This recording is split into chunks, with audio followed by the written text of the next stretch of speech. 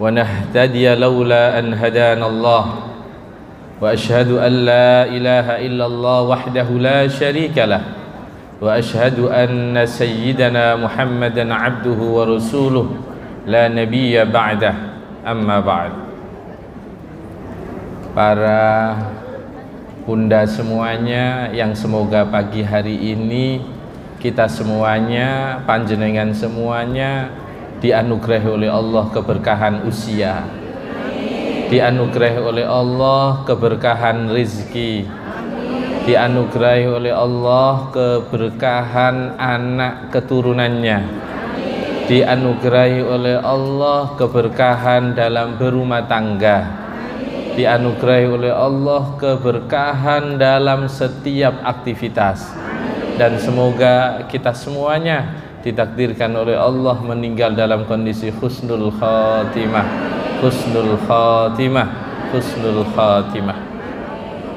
Alhamdulillah, saya bersyukur kepada Allah pada pagi hari ini bisa bermuwajahah, bertatap muka dengan para bunda semuanya.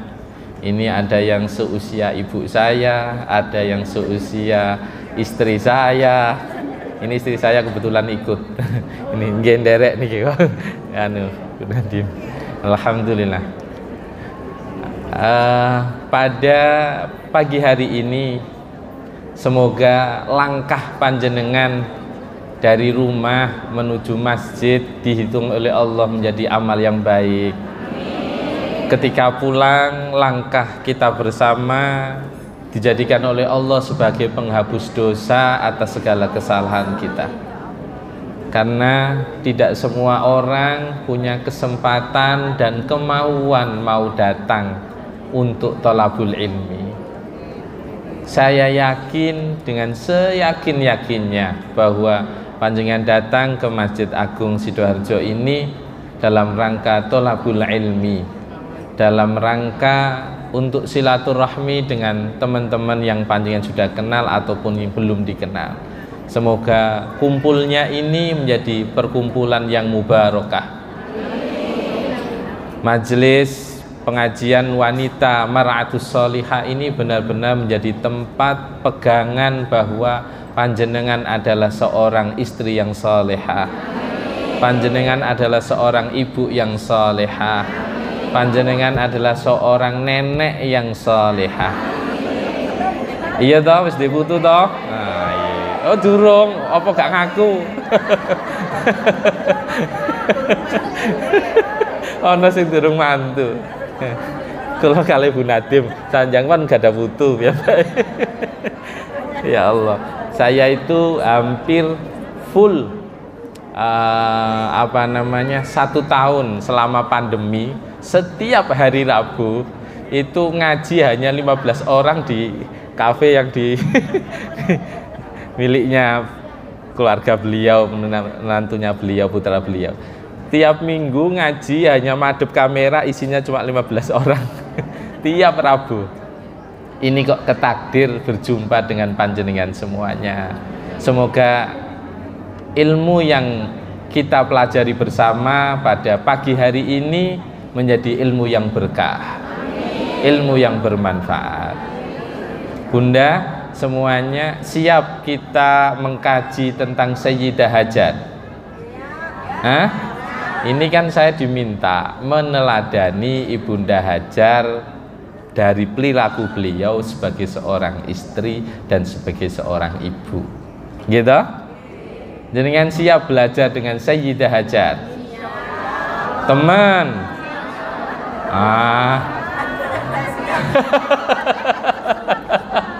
Siap. Aku gak percaya bojoku lawan mboten siap kok.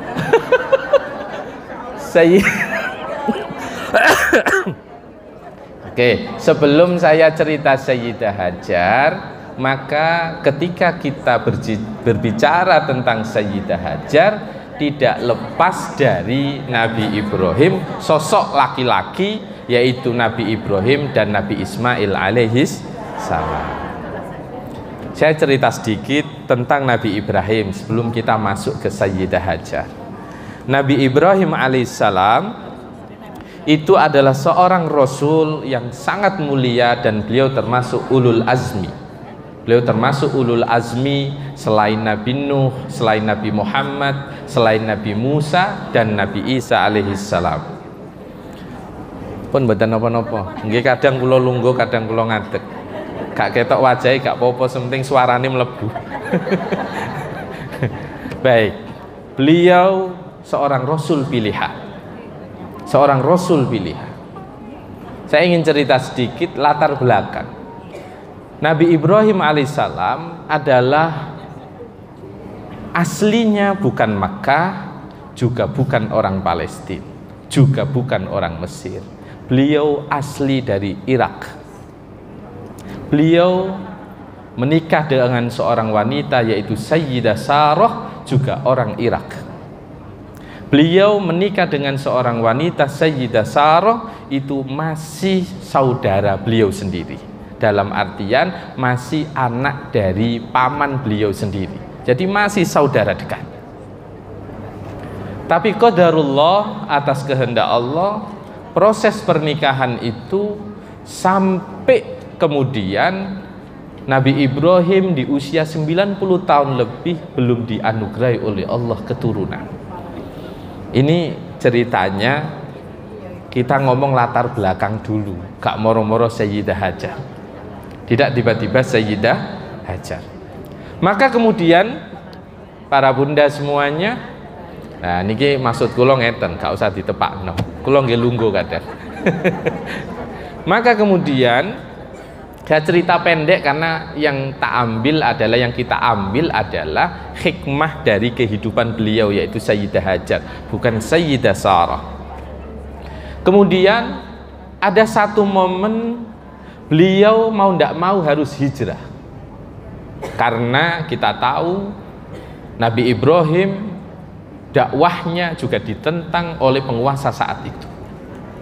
Kemudian beliau hijrah ke Mesir. Di Mesir itu kemudian beliau berjumpa dengan seorang wanita, yaitu yang namanya Hajar. Beliau Hajar ini sebenarnya adalah jariyah. Jariyah itu adalah seorang seorang budak wanita yang itu diberi oleh seorang raja Mesir untuk Sayyidah Sarah, orang yang menemani, orang yang melayani. Pemberian dikasih sama Raja Mesir karena Sayyidah Hajar itu adalah Al-Qibtiyah, orang Mesir.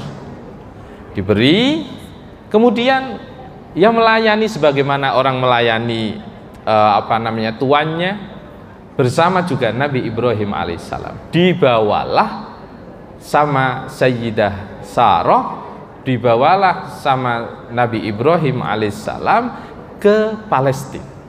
Atau saat itu belum mengenal istilah itu, namanya adalah Syam.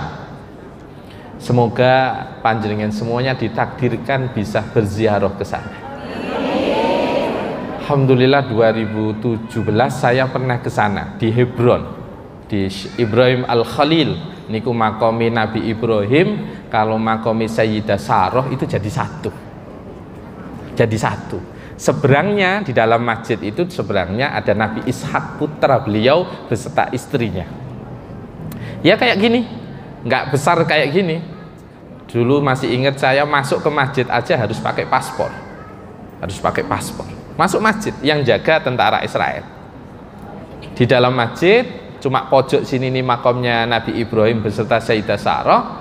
Di satu komplek makom itu ada 3 akses pintu. Satu untuk yang berziarah umat Islam, Nasrani, Yahudi. Ada pintunya sendiri-sendiri. Masya Allah. Muka-muka sakit tindak mereka Ustaz. Karena kan kita ini diperintahkan untuk bisa satu ke Mekah, ke Madinah, juga ke Baitul Maqdis. Singkat cerita, Nabi Ibrahim itu pingin punya anak luar biasa.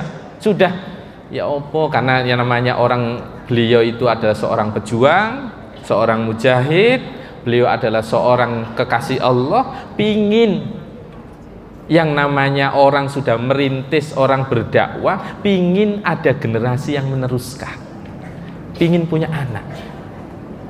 kok dijawab sama Allah Subhanahu wa taala, hati istri beliau Sayyidah Sarah mempersilahkan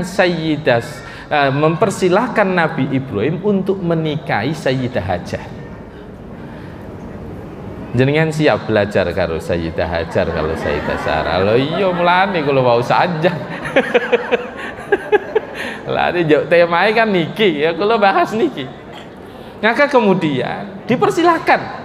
Yang mempersilahkan istri beliau sendiri yaitu Sayyidah Sarah.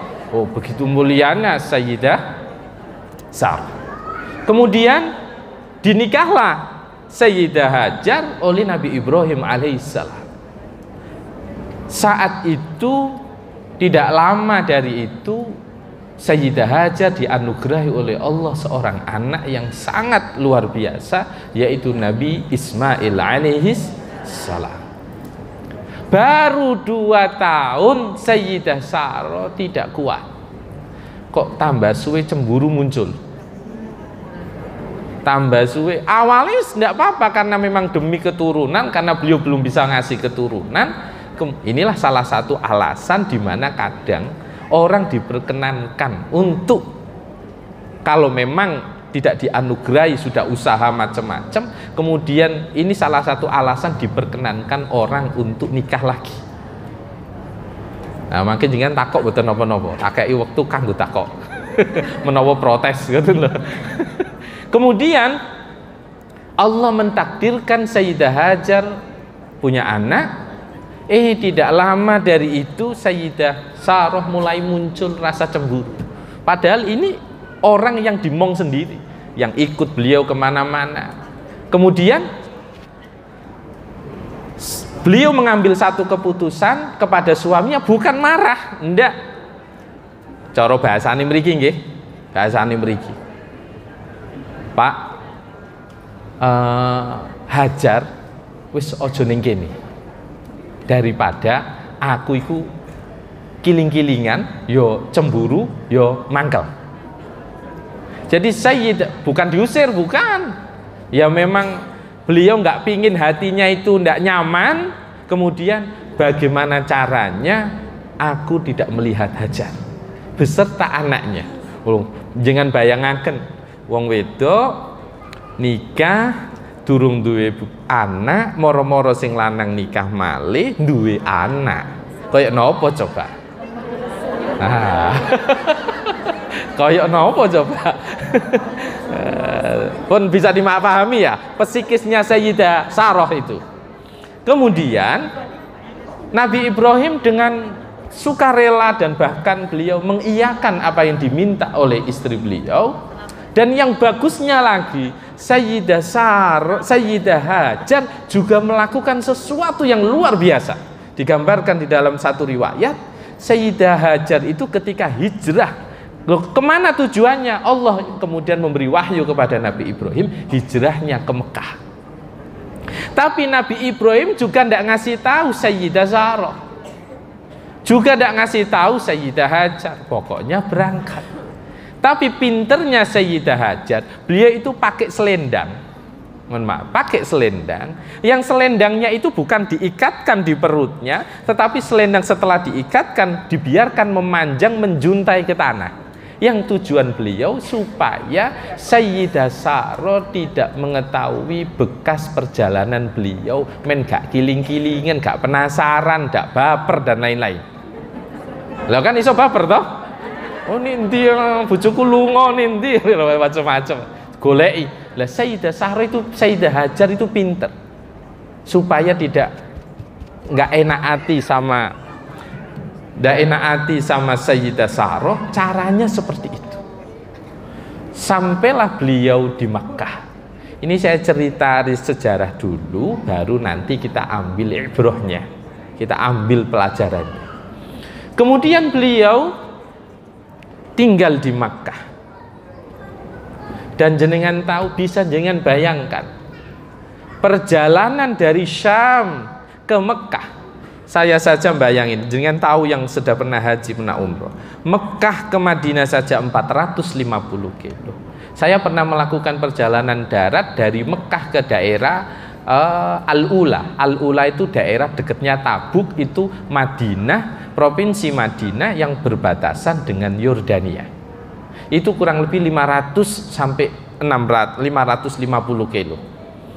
Padahal jarak antara Madinah dengan Palestina itu bisa lebih dari itu, hampir mendekati 1000 kilo, 800-900 kilo. Anak masih umur 2 tahun. Nabi Ismail alaihissalam bukan lahir di Mekah, enggak.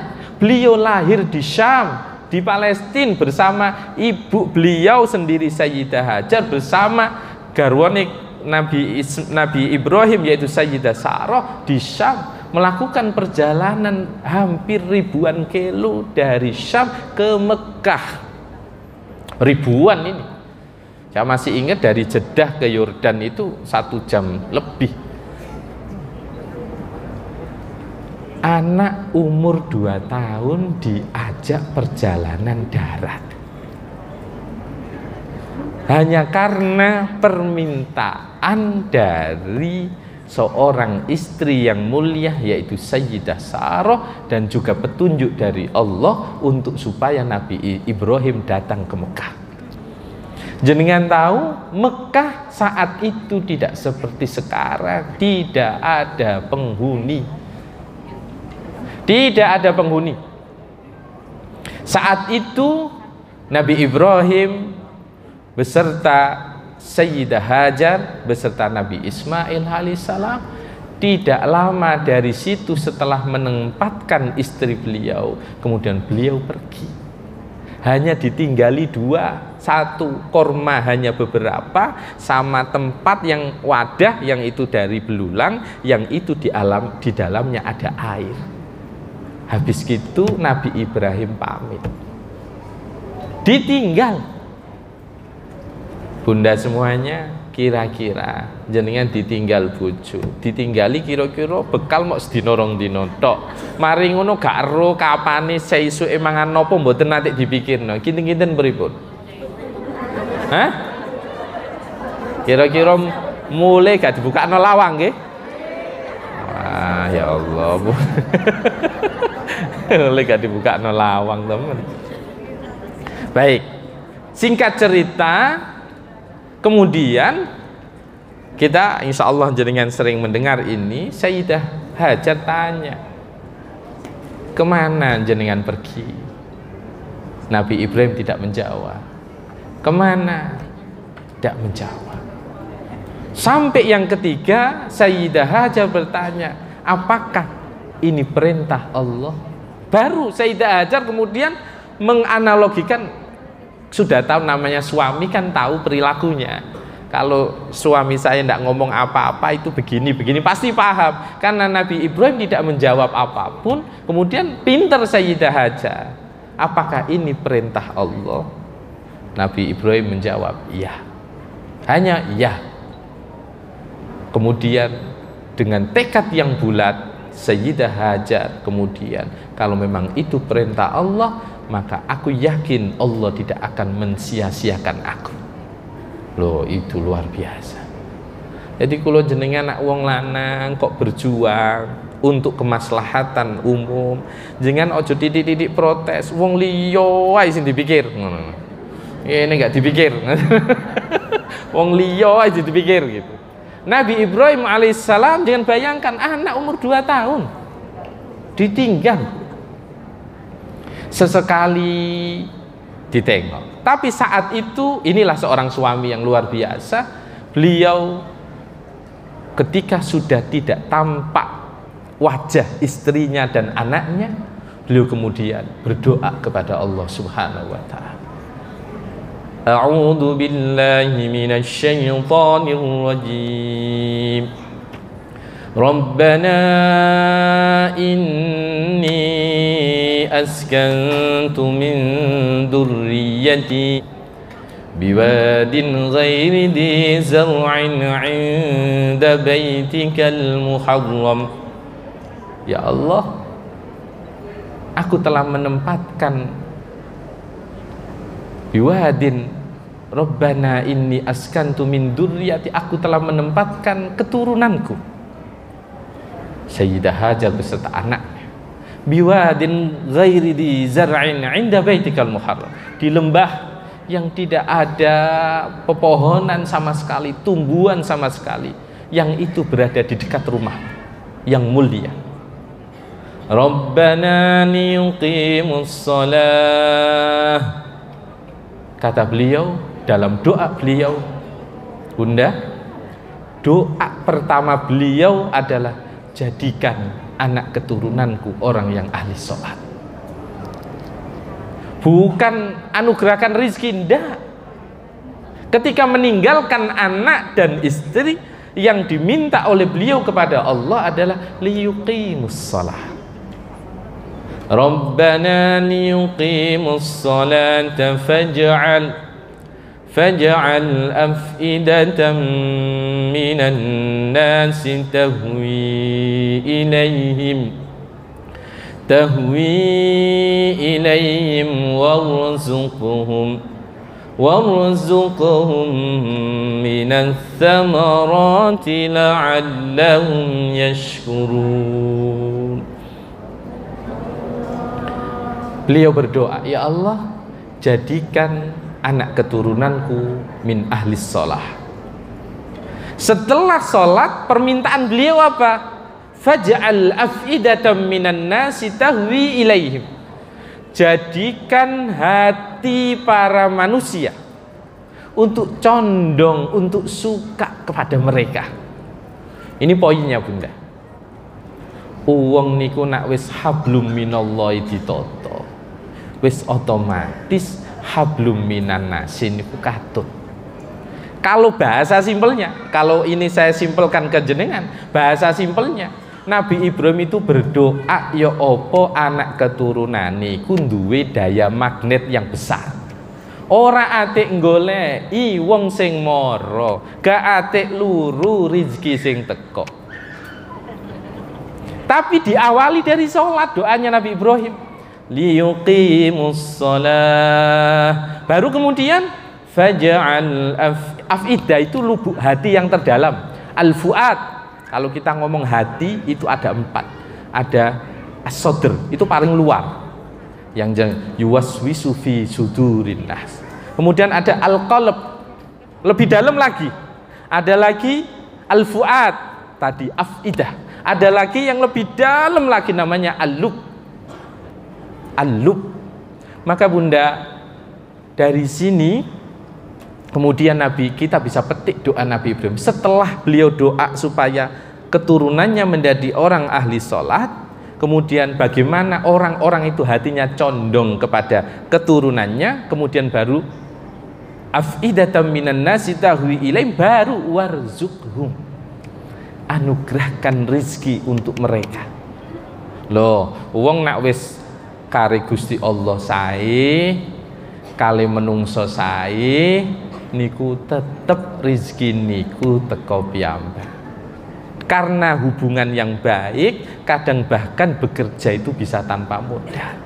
Karena hubungan yang baik, bahkan lebih mahal pun tidak apa-apa, karena ada rasa kepercayaan, ada trust. Kalau tangklet jenengan duwe tangga dodolan pulsa, delalah julid kali jenengan ada saudara yang main ke rumah, Mbak tuku pulsa nindi, iku cedek ono, sing dulurnya jangan, ojo tuku ning kono, wong elek ngono. Oh, wong ngene lha wong urusan tuku pulsa iso tutuk ndi ku piye to? Nah, inilah konsep namanya afidah. Orang itu kalau hati sudah cocok, bekerja sama itu sudah tidak melihat berapa dan berapa. Dia akan melihat bahwa aku cocok, tidak mungkin dia bujuk aku. Lah Nabi Ibrahim itu pinter. Apa buktinya sekarang? Orang semua bahkan rela ngantri puluhan tahun untuk datang ke sana. Itu doa Nabi Ibrahim. Doa Nabi Ibrahim. Nah jenengan doa sama Allah, ya Allah anugerahkan anak-anakku menjadi anak-anak yang dia memiliki tenaga magnet yang besar, sehingga apa? orang itu dengan sendirinya cocok dengan dia, maka semuanya pun akan dimudahkan. Orang kalau sudah menjauh, sekelilingnya sudah menjauh, maka semua akan susah. Iki durung ngomong Hajar loh ya, lagi Ibrahim. Baik, kalau mau disanjangi jam 10 mantun J. Insya Allah cukup, insya Allah. Baik, kemudian para bunda semuanya yang dimuliakan oleh Allah Subhanahu wa Ta'ala, singkat cerita, kita ngomong Sayyidah Hajar. Apa sih yang dapat kita petik? Pertanyaannya dua. Beliau sebagai sebagai seorang ibu. Yang kedua, beliau sebagai seorang az-zaujah, sebagai seorang pasangan, seorang istri. Beliau sebagai seorang ibu, beliau juga sebagai seorang istri. Saya ingin ngomong sebagai seorang istri dulu. Yang pertama, beliau itu minal mukhlisin. Beliau itu orang yang sangat ikhlas. Jenengan bayangkan, apakah beliau itu merebut istrinya, suaminya orang? Enggak, karena itu permintaan sendiri dari istrinya Nabi Ibrahim alaihis salam. Beliau diajak ke Syam, ikut saja. Beliau diajak ke Mekah, ikut saja. Beliau ditinggal, ikut saja, tidak protes. Jangan siap ngalon gitu, apa sih, pokoknya melok tok pokoknya. Pasti akan tanya kemana, ngapain, kan begitu. Sayyidah Hajar ndak ikut. Dari Mesir dibawa ke Syam, nurut. Dari Syam dibawa ke Mekah, nurut. Ditinggal juga nurut. Kira-kira nak kulon jenengan, aku tak tinggal, anakmu tak tinggal. Anak iki ora anakku dhewe, anake wong loro ngoten. Tapi Sayyidah Hajar ndak, beliau binal mukhlisin, orang yang tulus mengabdi kepada suaminya. Orang yang tulus mengabdi kepada suami. Bunda, ada satu riwayat yang sangat-sangat patut kita contoh tentang bagaimana sikap seorang istri kepada suami. Sikap seorang istri kepada suami. Satu momen Kanjeng Nabi itu su'ilan Nabiyyu sallallahu alaihi wasallam ayyun nisa'i khair. Kanjeng Nabi, tiang estri garwa sing sae niku pripun? Tiang estri garwa sing sae niku pripun? Seorang wanita yang baik itu seperti apa? Kata Rasul, allati tasurruhu ida nudira ilaiha, ida nadhara ilaiha. Seorang wanita yang ketika suaminya memandangnya, maka kemudian suami itu merasakan yang namanya kebahagiaan. Jadi yo aja disalahno bojo, nak moro-moro bojone lunga jenengan ning omah sebabe betatut. Ero betatut nggih. Betatut iku wajahe ku wis gak nyenengno belas. Oh. Oh mecucu wae. Lah sapa sing betah ning omah mececah mecucu tok ngoten. Ya Allah. Maka jangan ya bukan jangan disalahkan, bukan. Tetapi wanita yang terbaik ketika suaminya memandang, maka suami itu merasa bahagia. Menyenangkan. Nah, itu loh, menyenangkan. Ya, kula niki ya tok-tok ya diprotes kali bojo kula. Sampeyan niku ya nganggo pakaian sing rapi nak metu ning omah kaosan tok ngoten. Niki protes kali kula kadang. Tiang istri nggih sami nggih. Macak nggih nak medal sami mawon. Insyaallah Bunda Mar'atus Sholihah ndak lah. Ning omah ya macak nggih. Macak. Hah?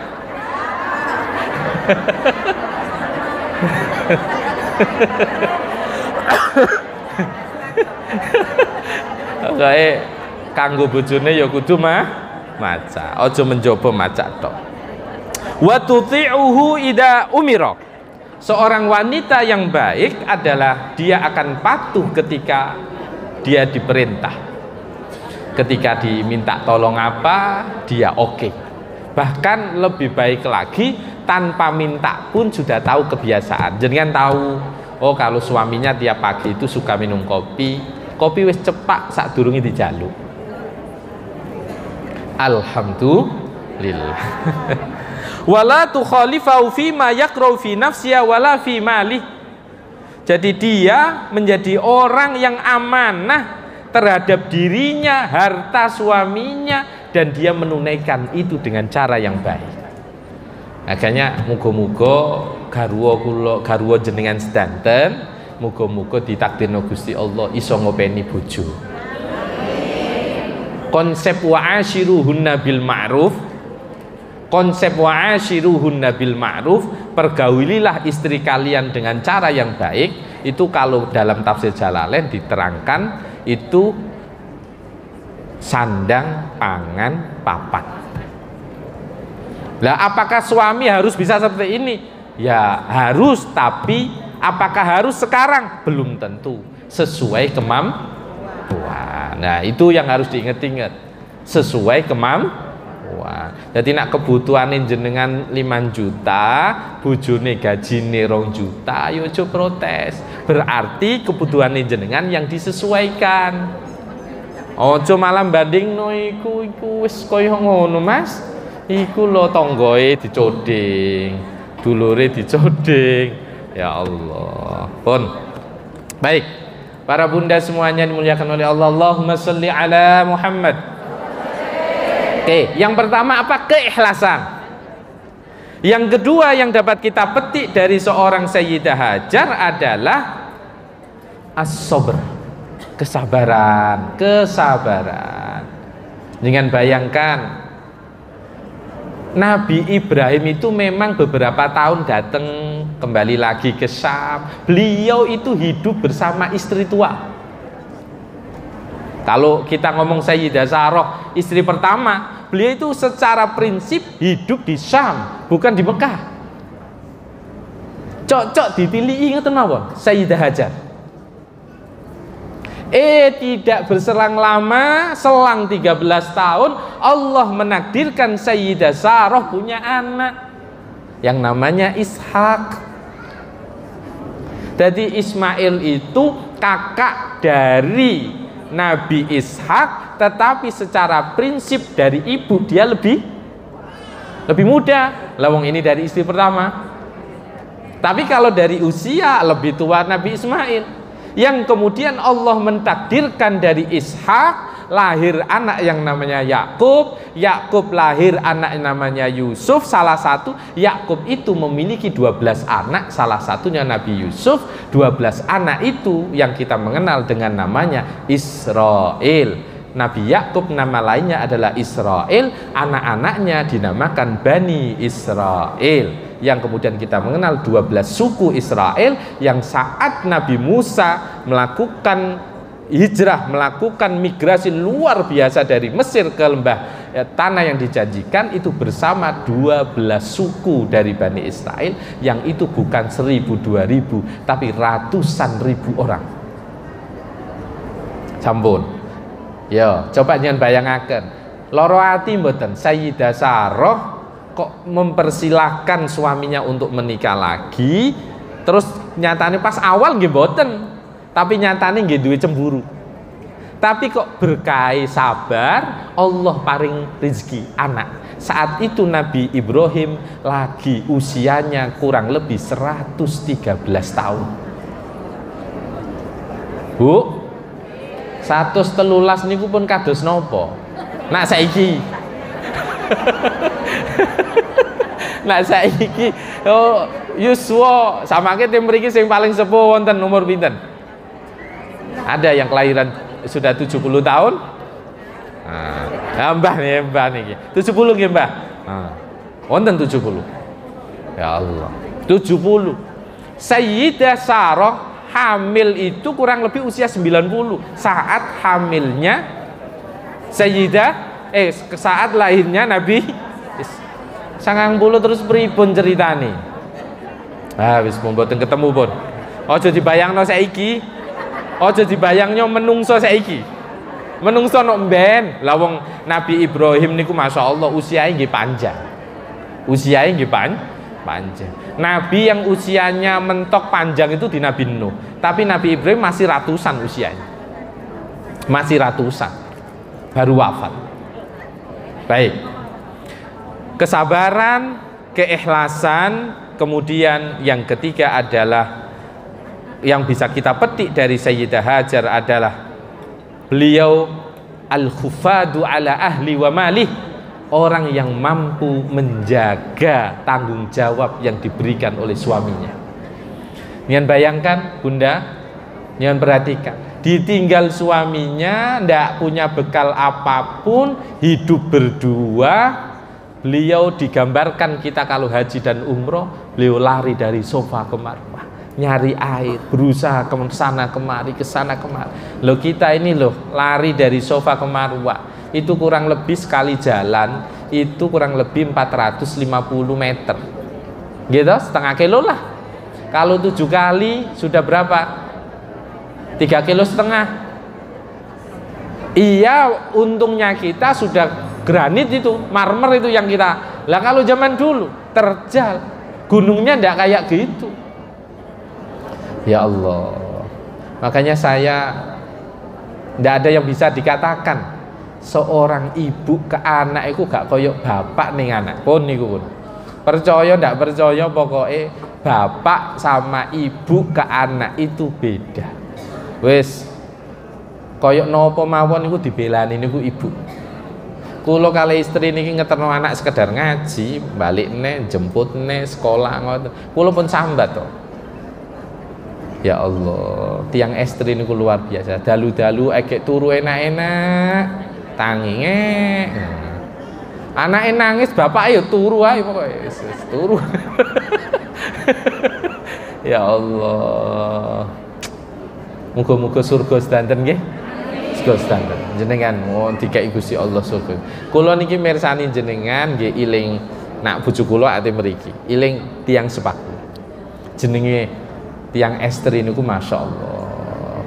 Saya selalu mengatakan ke siapapun, kalau pingin punya anak yang terbaik, punya anak yang luar biasa, maka ibunya harus luar biasa. Wis bapak mokong-mokong titik ngono saya gak apa-apa. Bukan berarti boleh, ndak, maksud saya selama ibunya baik, insya Allah anaknya baik. Baik. Tapi jangan tanya kalau ibunya ndak karuan, ya anaknya nggak karuan. Karena masya Allah ucapan ibu itu luar biasa, doa yang luar biasa. Sampai sekarang saya itu tiap bulan pasti kalau ndak pulang ya pasti telepon ke rumah, ada apa itu pasti ngasih tahu dan minta doa. Sudah dengan istri kula iki mriki ngertos. Pokoke wonten napa mawon kula niku mesti nelpon nak memang memungkinkan teng Jawa Tengah, kula nggih teng Jawa Tengah. Kula niki wong lanang katut wong wedok kula. Istri kula Ampel, kula Jawa Tengah. Katut kula. Katut wong wedok. Dados ya Allah, muga-muga surga sedanten nggih. Surga sedanten. Gak ono bandingane tiang istri. Baik, yang kedua, seorang Sayyidah Hajar sebagai seorang ibu. Nah, saya ambil poin-poinnya nggih. Sebagai seorang ibu, apa itu? Fungsi seorang ibu poinnya cuma 2, Bunda semuanya. Hanya 2 itu yang dilakukan oleh Sayyidah Hajar, yaitu at-tarbiyah wal uswah, pendidikan dan teladan. Saya ulangi, pendidikan dan teladan. Anak itu perlu dikasih pemahaman, ya, tetapi itu tidak cukup. Tetapi al-uswah, teladan, itu lebih daripada pendidikan. Kula panjenengan, ayo nak, mari maghrib maca Quran. Bapak ibune HP-an. Ayo mbak ngubiaki putune, ayo ngaji. Mbak ini metek TV sinetron. Nah. Ya Allah. Memang nggak mudah nggih. Menjadi uswah itu nggak mudah.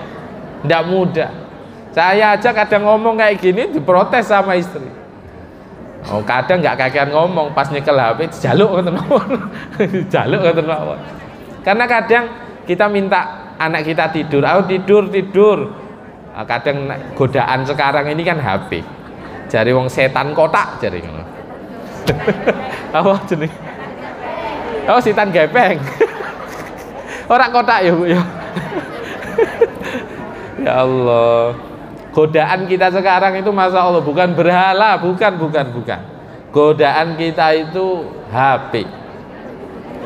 Sekarang ini kita itu pergi kemana-mana, ketinggalan nopo gak masalah, pokoknya juga ketinggalan HP. Ketinggalan HP itu wassalam. Ya HP itu wassalam. Ya Allah. Oke. Sayyidah Hajar yang dapat kita petik dua, al-uswah wa tarbiyah. Tidak mungkin lahir seorang anak yang hebat karena Nabi Ismail secara prinsip dididik secara mandiri oleh ibu beliau. Bukan Nabi Ibrahim. Ya Nabi Ibrahim ya ada kontribusi, tapi kan tiap harinya sama ibu. Bukan anak, bukan sekedar orang tua yang luar biasa kalau tidak melahirkan anak. Ketika Nabi Ibrahim ngomong ke anaknya, "Nak, aku ngipi awakmu dikon nyembelih." Bukan anak yang luar biasa kalau kemudian dia mengatakan, "Qala ya abatif alma tu'mar satajiduni insyaallahu minas sabirin." Bapak, lakukan apa yang diperintah kepada engkau, kepadaku, silakan lakukan saja. Insya Allah engkau akan menemuiku menjadi orang yang selalu bersabar. Ini tidak akan berhasil kalau bukan didikan ibu yang hebat, yaitu Sayyidah Hajar. Jadi mohon maaf kalau panjenengan sekarang suami sudah tidak ada, membesarkan anak sampai 3 sampai 4, yakinlah panjenengan akan memetik itu nanti di hari tua. Yakinlah bahwa panjenengan akan memetik kenikmatan di hari tua. Yang sudah ditinggal suami karena meninggal, anak masih kecil-kecil, didik sebaik-baiknya, yakinlah bahwa Allah akan mengangkat derajat seorang ibu ketika anak-anaknya menjadi dewasa. Amin, amin ya Rabbal. Allahumma salli ala Sayyidina Muhammad. Mau tak ajak sholawatan? Hah? Tadi saya itu sama istri di mobil lagi merubah syair saya. Ya apa carane cocok karo temae. Kangge jenengan. Muga-muga berkah. Sallallahu ala Muhammad. Sallallahu alaihi wasallam. Sallallahu ala Muhammad. Sallallahu alaihi wasallam. Ibunda Hajar teladan bagi setiap wanita dalam meniti rumah tangga dan mendidik anak tercinta. Sallallahu ala Muhammad.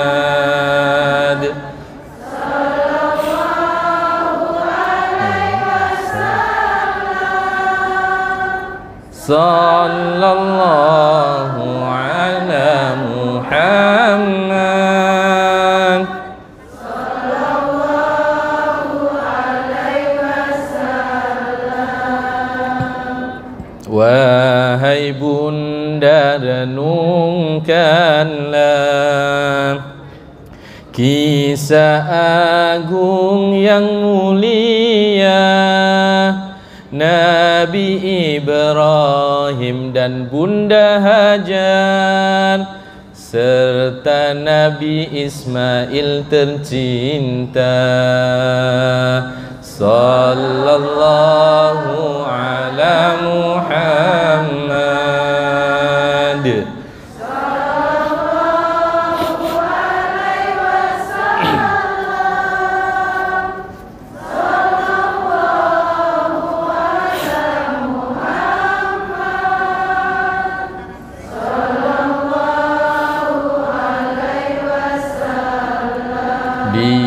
Didiklah putra putri tercinta dengan ajaran agama, teladan lebih utama dalam kesuksesannya.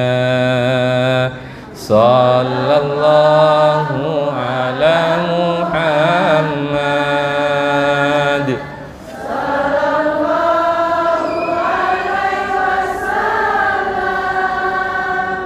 Sallallahu ala Muhammad. Sallallahu alaihi wasallam.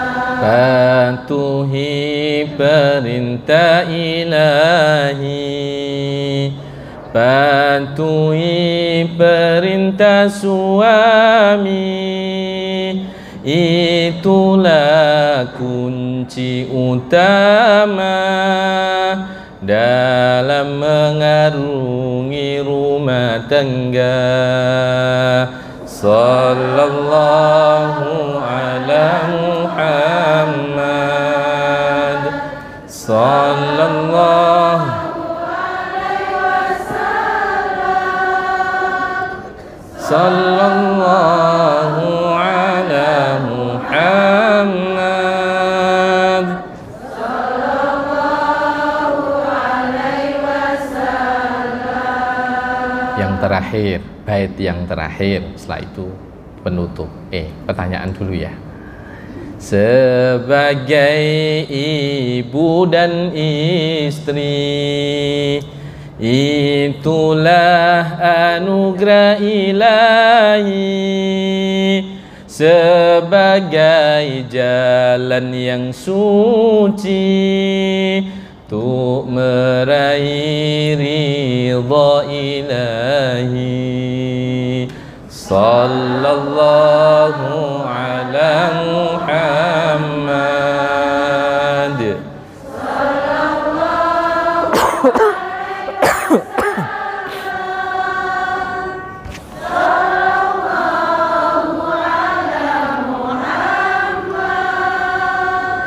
Sallallahu alaihi wasallam. Allahumma salli ala Muhammad.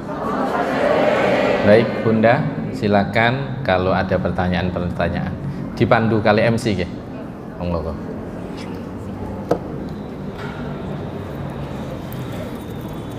Alhamdulillah, materi sudah menyampaikan materi yang bagus sekali tadi. Ibu-ibu, kami berikan kesempatan hanya 2 saja nih pertanyaan karena acara kita masih ada yang lain. Monggo ibu-ibu untuk mengajukan pertanyaan dari sisi sini satu, dari sana satu. Monggo. Ada yang ngacung? Alhamdulillah. Monggo ibu bisa maju ke depan karena terlalu jauh. Kenalkan Bu, namanya dari mana? Assalamualaikum warahmatullahi wabarakatuh. Assalamualaikum, status ya. Nggih. Saya itu nama saya Bundari. Saya mau tanya ini Ustaz. Saya itu ada teman. Suami anak teman saya itu baru menikah dan ketahuan banyak di belakang itu banyak perempuan-perempuan. Itu bagaimanakah nanti azab dari seorang laki-laki yang begitu? Langsung seksa ya. apalagi yang demikian. Azab langsung. Nggih, nggih. Ini kan dihubungkan dengan tema. Iya, iya. Di belakang-belakangnya itu maksudnya istri atau simpanan? Ada yang istri, Heeh. ada yang simpanan. Oh. Soalnya sekarang katanya itu ada aplikasi yang saya mewakili, saya hanya mewakili. Iya. Saya hati ikut gemes gitu. Nah, Nggih, nggih. jadi itu temanya berhubungan. Nah, Nggih. kayak gini, itu mau kok begitu kenapa? Saya ingin tanya, apakah ini belum dapat teguran? Apakah nanti ada hal-hal yang ke orang laki demikian? Katanya laki-laki itu panutan, kok demikian? Sing ditakoki kula sisan niki, lanang dhewe niki ngene. Nggih, sampun, pun, Man. Enggak, yang lain satunya, silakan. Satunya mana? Langsung satunya dibuka satu lagi. Ibu, oh iya, monggo. Bisa berdiri di sini, Bu. Namanya juga.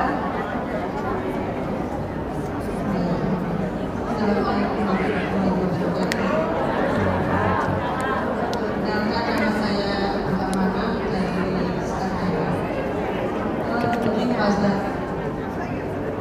Karena saking kepinginnya gaji saya itu terima Allah, katanya saya makbul. Bolehkah Allah melakukan cara-cara makbul itu kita sampaikan terus kepada Allah? Apakah hanya kita Saat di sana aja.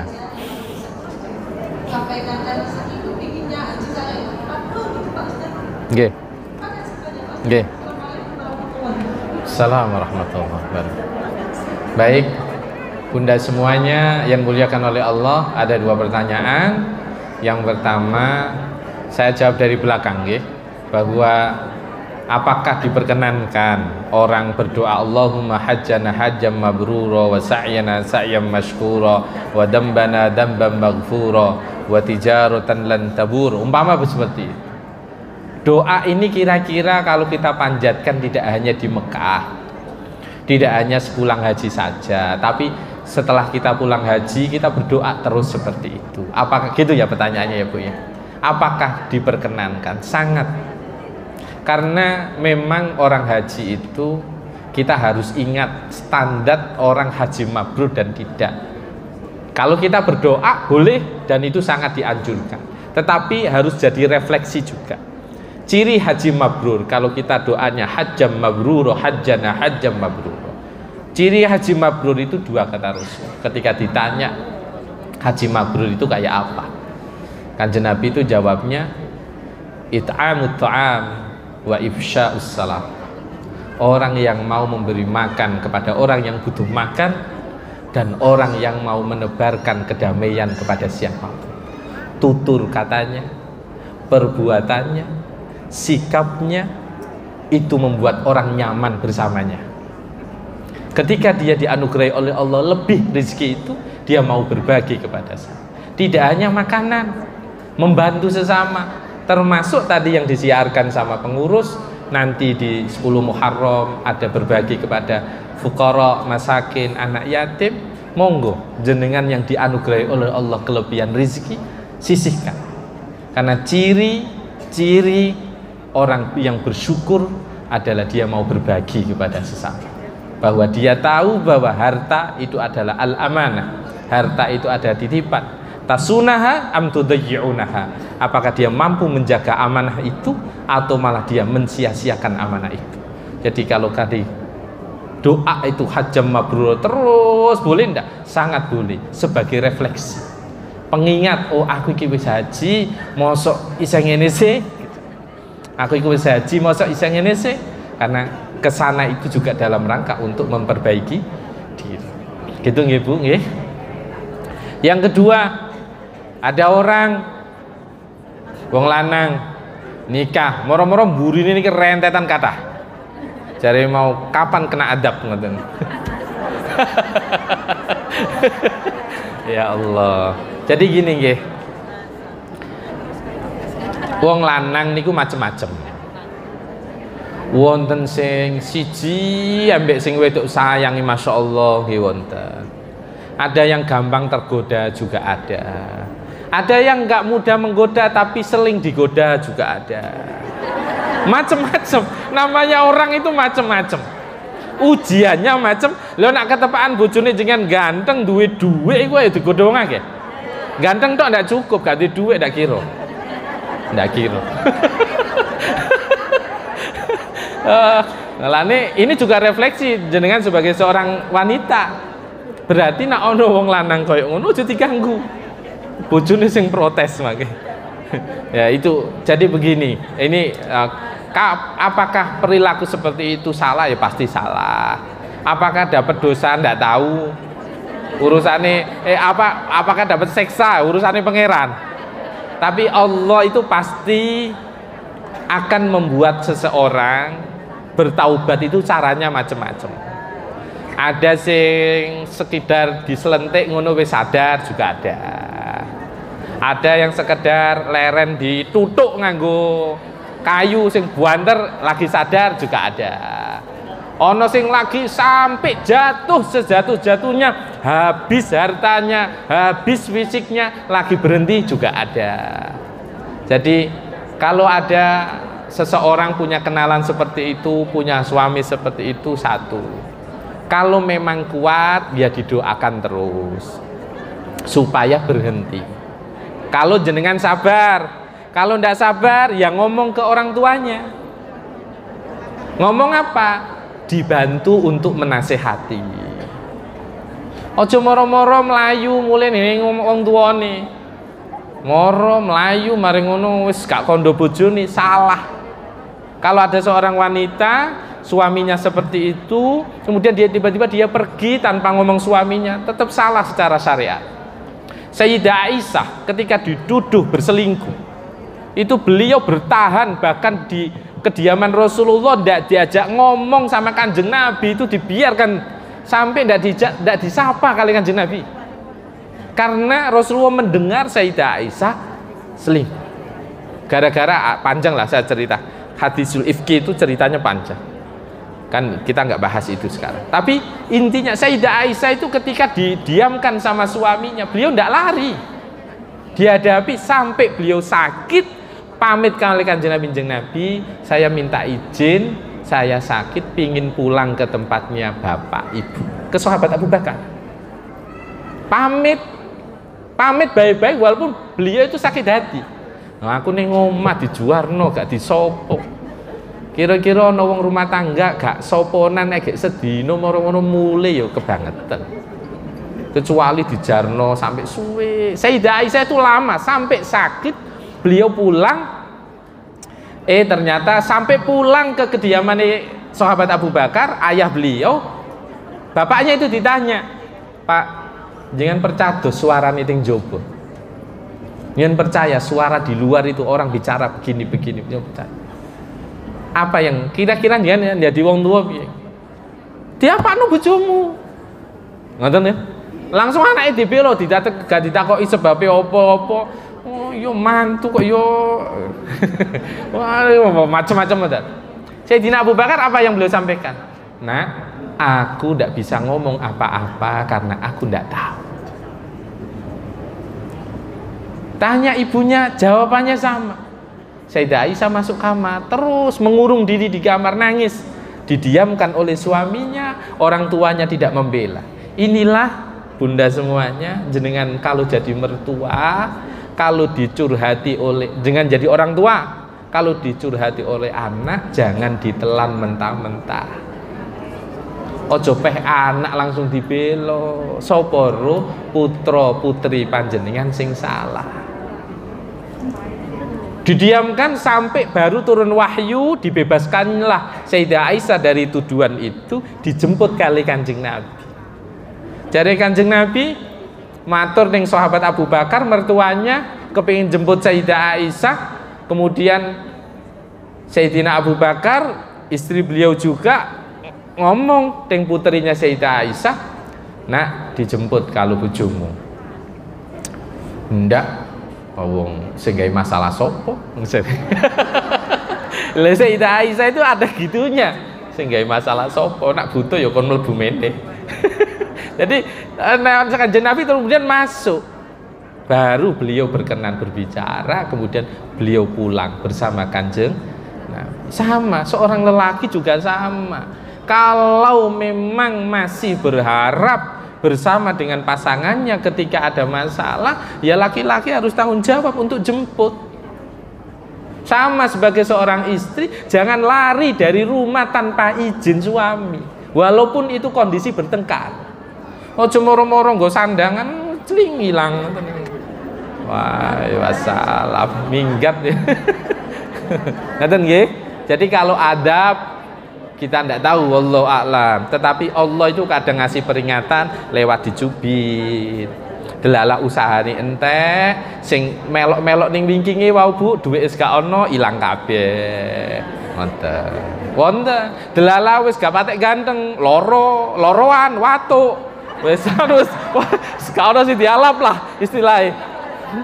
Lah delala, yo ilang kabeh. Lah wong memang yang diharapkan itu ketampanan dan hartanya. Ketika itu habis ya sudah. Coba kalau pernikahan itu tulus, mau melarat, mau sakit pasti akan diopeni.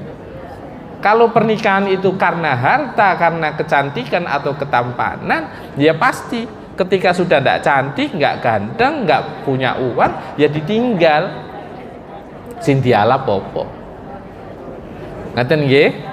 Pun mugi-mugi berkah lan manfaat panjenengan yang dikasih oleh Allah rizki bisa berbagi untuk di bulan Muharram, dan semoga kehadiran kita semuanya dicatat oleh Allah menjadi amal yang baik dan menjadi penghapus dosa atas kesalahan-kesalahan kita, dan kita semuanya ditakdirkan oleh Allah memiliki rumah tangga yang sakinah mawaddah warahmah. Al-Fatihah. Bismillahirrahmanirrahim.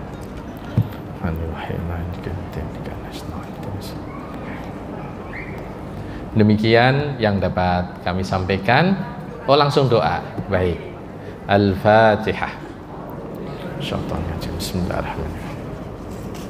Alhamdulillahirabbil alamin arrahmanirrahim. Iyyaka na'budu wa iyyaka nasta'in. Ihdinas siratal mustaqim.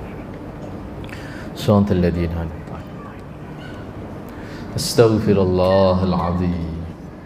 Astaghfirullahal 'azim. Monggo kita tundukkan pandangan kita berdoa semoga apa yang kita panjatkan dikabulkan oleh Allah Subhanahu wa taala. Astaghfirullahal azim. Astaghfirullahal azim. Astaghfirullahal azim. Asyhadu an la ilaha illallah wa asyhadu anna Muhammadar Rasulullah. Asyhadu an la ilaha illallah wa asyhadu anna Muhammadar Rasulullah. Bismillahirrahmanirrahim. Alhamdulillahirabbil alamin. Hamdan na'imin, hamdan syakirin, hamdan ni'amah wa ikafi majidah. Ya Rabbana lakal hamd. Allahumma salli ala sayyidina Muhammad wa ala ali sayyidina Muhammad. Allahumma ya Allah ya Ghaffar. Allahumma ya Allah, Engkau yang maha pengampun atas segala dosa. Ampunilah dosa-dosa kami ya Allah. Dosa kedua orang tua kami, dosa guru-guru kami, anak-anak kami, pasangan kami, saudara-saudara kami. Allahumma ya Allah, anugerahkan keberkahan untuk usia kami. Anugerahkan keberkahan untuk rezeki kami. Anugerahkan keberkahan untuk ya Allah aktivitas kami. Allahumma ya Allah ya Qawiyyu ya Matin ya Sami'u ya Basir. Allahumma ya Allah, Engkau yang berkuasa atas segalanya. Anugerahkan untuk kami, pasangan kami, anak-anak kami ya Allah. Anugerahkan untuk kami, pasangan kami, anak-anak kami ya Allah. Anak-anak kami ya Allah menjadi orang-orang yang soleh solehah, soleh solehah, soleh solehah. Allahumma ya Allah, takdirkan untuk anak dan keturunan kami ya Allah menjadi anak-anak yang bermanfaat, menjadi keturunan-keturunan yang berkah ya Allah, orang yang bermanfaat untuk sesama, bermanfaat untuk negara, bermanfaat untuk agama. Allahumma ya Allah, mudahkan mereka dalam menuntut ilmu ya Allah, mudahkan anak-anak kami dalam menuntut ilmu ya Allah, mudahkan anak cucu kami ya Allah, anak-anak kami, keturunan kami ya Allah dalam menuntut ilmu ya Allah. Allahumma ya Allah, berikan kekuatan untuk mereka ya Allah, berikan kekuatan untuk keistiqomahan mereka ya Allah. Allahumma ya Allah ya Rahman ya Rahim, ya Rahman ya Rahim, anugerahkan ketabahan untuk kami sebagaimana ketabahan dari Sayyidah Hajar. Anugerahkan ya Allah untuk kami, anak-anak kami semuanya ya Allah, keikhlasan sebagaimana keikhlasannya Sayyidah Hajar.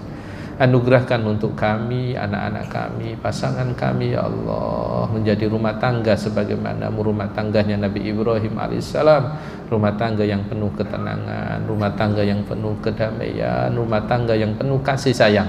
Allahumma ya Allah, jadikan majlis ini ya Allah majlis mar'atus salihah ya Allah, majlis yang Engkau berkahi, majlis yang Engkau ridhai, majlis yang membawa manfaat untuk banyak orang. Allahumma ya Allah ya Rahmanu ya Rahim, ya Sami'u ya Basir, ya Sami'u ya Basir, takdirkan kami semua ya Allah untuk bisa menunaikan haji ya Allah. Takdirkan kami semua ya Allah untuk bisa menunaikan haji bersama pasangan kami, bersama anak keturunan kami. Allahumma ya Allah, takdirkan kami bisa berziarah ke kota Makkah, takdirkan kami untuk bisa berziarah ke kota Madinah, takdirkan kami untuk bisa berziarah kepada Rasulullah sallallahu alaihi wasallam, takdirkan kami ya Allah bisa berziarah ke Baitul Maqdis di Palestina. Allahumma ya Allah ya Sami' ya Basir, ya Sami' ya Basir. Allahumma ya Allah, mudahkan segala urusan saudara-saudara kami, mudahkan segala urusan keluarga kami. Allahumma ya Allah, mudahkan kesusahan, kegelisahan tetangga, saudara kami semua ya Allah. Rabbana zalamna anfusana wa illam taghfir lana wa tarhamna lanakunanna minal khasirin. Wa sallallahu ala nabiyyina Muhammad wa ala alihi wa sahbihi wa baraka wa sallam. Walhamdulillahi rabbil alamin. Al-Fatihah.